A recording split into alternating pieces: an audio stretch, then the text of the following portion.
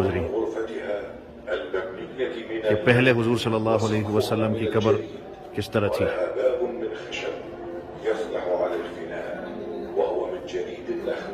ولا سقف له وله باب من الجهة الغربية يفتح على المسجد النبوي.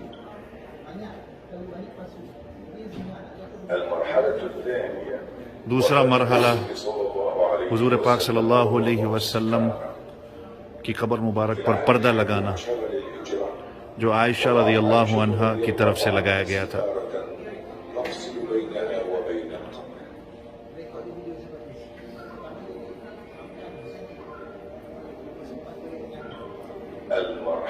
تیسرا مرحلہ حضور پاک صلی اللہ علیہ وسلم کی قبر کا، جب حضرت ابوبکر صدیق رضی اللہ عنہ کی وفات ہوتی ہے۔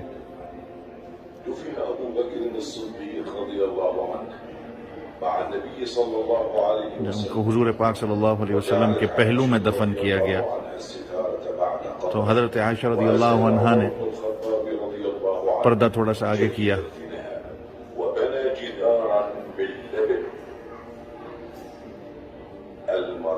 چوتھا مرحلہ عمر رضی اللہ عنہ کی وفات جب ہوتی ہے،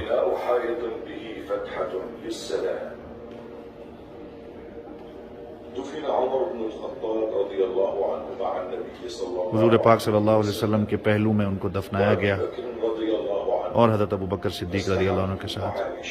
حالانکہ وہ نامحرم تھے حضرت ام المؤمنین کے لیے، تو انہوں نے دیوار بنا لی ام المؤمنین عائشہ رضی اللہ عنہ نے۔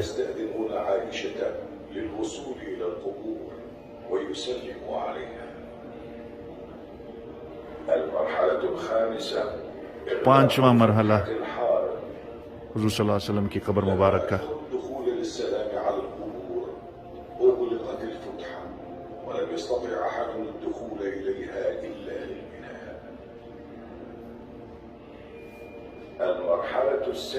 چھٹا مرحلہ ام المؤمنین عائشہ رضی اللہ عنہ کی وفات اور دروازہ حجرے کا بند کر دیا گیا۔ پھر اس کے بعد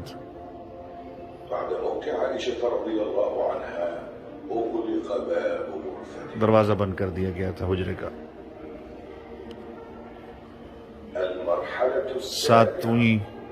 ساتواں مرحلہ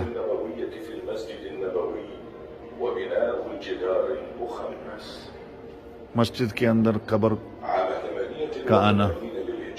مسجد کے حصے میں ولید ابن عبد الملک کا حکم تھا کہ ساری جگہ کو ڈیمولش کیا جائے۔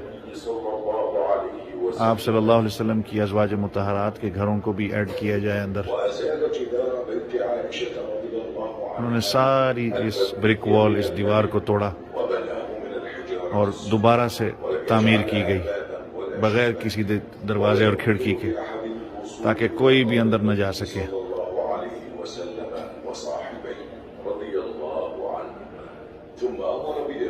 اس کے بعد ایک اور مزید دیوار بنائی گئی۔